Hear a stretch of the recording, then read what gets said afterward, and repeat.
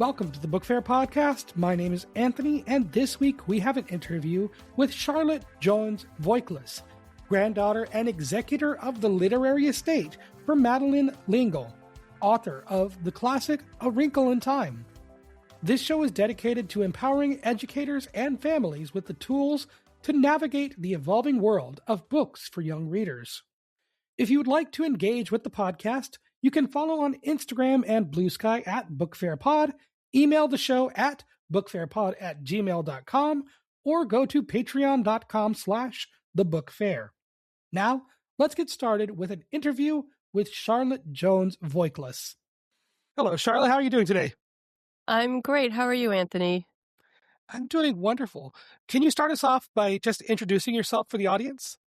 Sure. My name's Charlotte Jones Voiklis. I'm Madeline L'Engle's granddaughter, and I also take care of her literary estate. And for anyone who's unfamiliar with Madeline L'Engle, she is the author of A Wrinkle in Time. Can you talk a little bit about A Wrinkle in Time for anyone who's somehow unfamiliar with it? Of course. A Wrinkle in Time was written in 1961 and published in 62, and it was it had a very hard time finding a publisher because it was they thought it was too difficult for children, but it had a child protagonist, so it wouldn't be interesting for adults.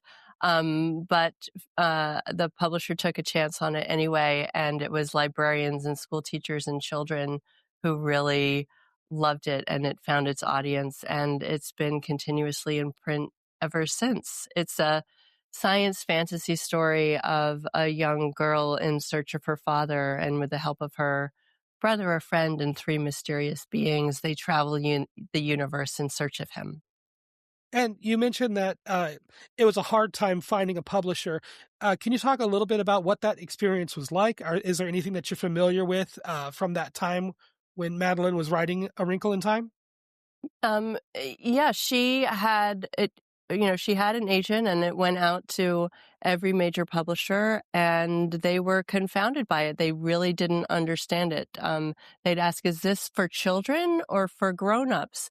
And she'd say, "It's for people. Don't people read books?" She didn't really like the marketing of like, who is it for? She wrote the story that she was moved to write and didn't really think about a particular audience. So she got very frustrated when people tried to put her in a box or the story in a box. But during that time when it was being rejected over and over again, it was very difficult for her. And she always loved a good editor and was always willing to work on a book, but only if she felt that the editor or the publisher understood what she was trying to say.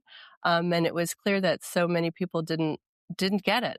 But it was for our Strauss and Giroud's credit that they understood, and they published it anyway. They had sent it out to some beta readers at that time. And one wrote back and said, "This is the worst book I've ever read. It reminds me of A Wizard of Oz." But they published it anyway. And that's something that a lot of times we'll see in children's literature and books that are targeting young audiences is this idea that young readers need to be treated with a certain kind of kid gloves, that they aren't able to handle serious topics. What kind of issues was Meg going through within the story of A Wrinkle in Time that was so divisive among publishers and editors?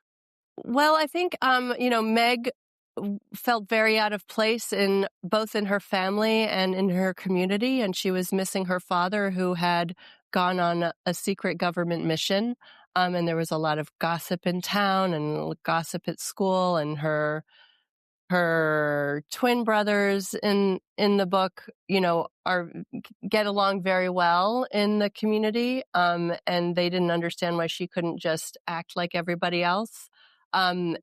And I think one of the things that was hard for publishers and even is hard for grownups today is that when she goes on this journey to find her father, and they find him, and that he's supposed to make everything all right, and he doesn't. the grown-ups don't fix everything. It's the children who have to do it. And that seems wildly unfair, and also difficult for grown-ups to accept. So I think those are some of the things that made it hard. I think also in A Wrinkle in Time, they face evil, and defining evil is very tricky. It can manifest itself in various different ways, and that's always a tricky topic because it means different things to different people. But I think young people know what it means to face something that seems insurmountable, and that's really what the story helps young people and grown-ups today too realize, that they can face something insurmountable and find the tools in themselves to overcome it. And that idea of facing insurmountable odds, the sometimes kind of amorphous idea of evil, kind of a nebulous concept and less of a concrete ideal, that idea of giving a young person agency in such a difficult situation is probably one of the strongest things about A Wrinkle in Time. Can you talk a little bit about the importance of having a young person being the main character for a book, even if it's not, even if it wasn't intentionally written to be for children at the beginning? Yeah, I mean, I think that was something that was very important to her. She wrote a lot of young characters, and she remembered what it was like to be young. I think it's those first moments when a young person, encounters difficulty and these insurmountable odds that even as grown-ups, if we are lucky, we can have access to that memory of what it was like to first realize that your parents aren't going to fix everything, that institutions might not be what you thought they were. And so having stories that give children, young people, and remind adults as well what it was like to be in that space and discover for themselves who their people are and what skills and gifts that they do have is very, very powerful. And that's why literature for young people, if you can reach a young person at that moment when they're just discovering those things for themselves, it's very, very powerful. I always talk about how the middle grade space in particular is such an important one, because in that 10 to 12-year-old range, you're starting to see a lot of young readers who are first getting into middle school, and they're being able to take electives. And in these electives, they're able to select things for themselves, and they're able to choose what books they want to read. And I think that that's probably the most important thing about capturing a young audience, is making sure that you're speaking to them in a way that is genuine, authentic, and is sincere. And I think that's something that is very well captured in A Wrinkle in Time, with the way that Meg deals with ostracization from other people, as well as from the school system itself, being told that the daughter of such a bright man, how could she be such a poor student? And can you talk a little bit about what it's like having those expectations? Because you yourself, as the granddaughter of such a monumental writer of the 20th century, must also have to deal with some serious expectations yourself. Oh, wow, Anthony, that's a great question. Yeah, I think there's always expectations. You can always be a lightning rod for other people's thoughts and feelings about you. So Meg is the daughter of two brilliant scientists, and she doesn't have a lot of patience in school. And so, and then her brothers are also, good at sports and popular and get along. So having, in one sense, having expectations put on you can be good. It's like we have high expectations for you. You can do this. that can be a good thing for there to be expectations put on someone. But when it doesn't match what you need at the moment, it can be very daunting, and it can short circuit whatever agency you might feel you do have. But in terms of giving kids agency and choices, I think this is what my grandmother really believed in. And in terms of children's books and writing, she would say that a children's book is any book a child will read. So didn't really like the genre categories or the vocabulary. There was a time when she was writing in the 80s where there's a sense that like, oh, you can't use certain words in children's books because they're too hard. And she really rejected that idea as well.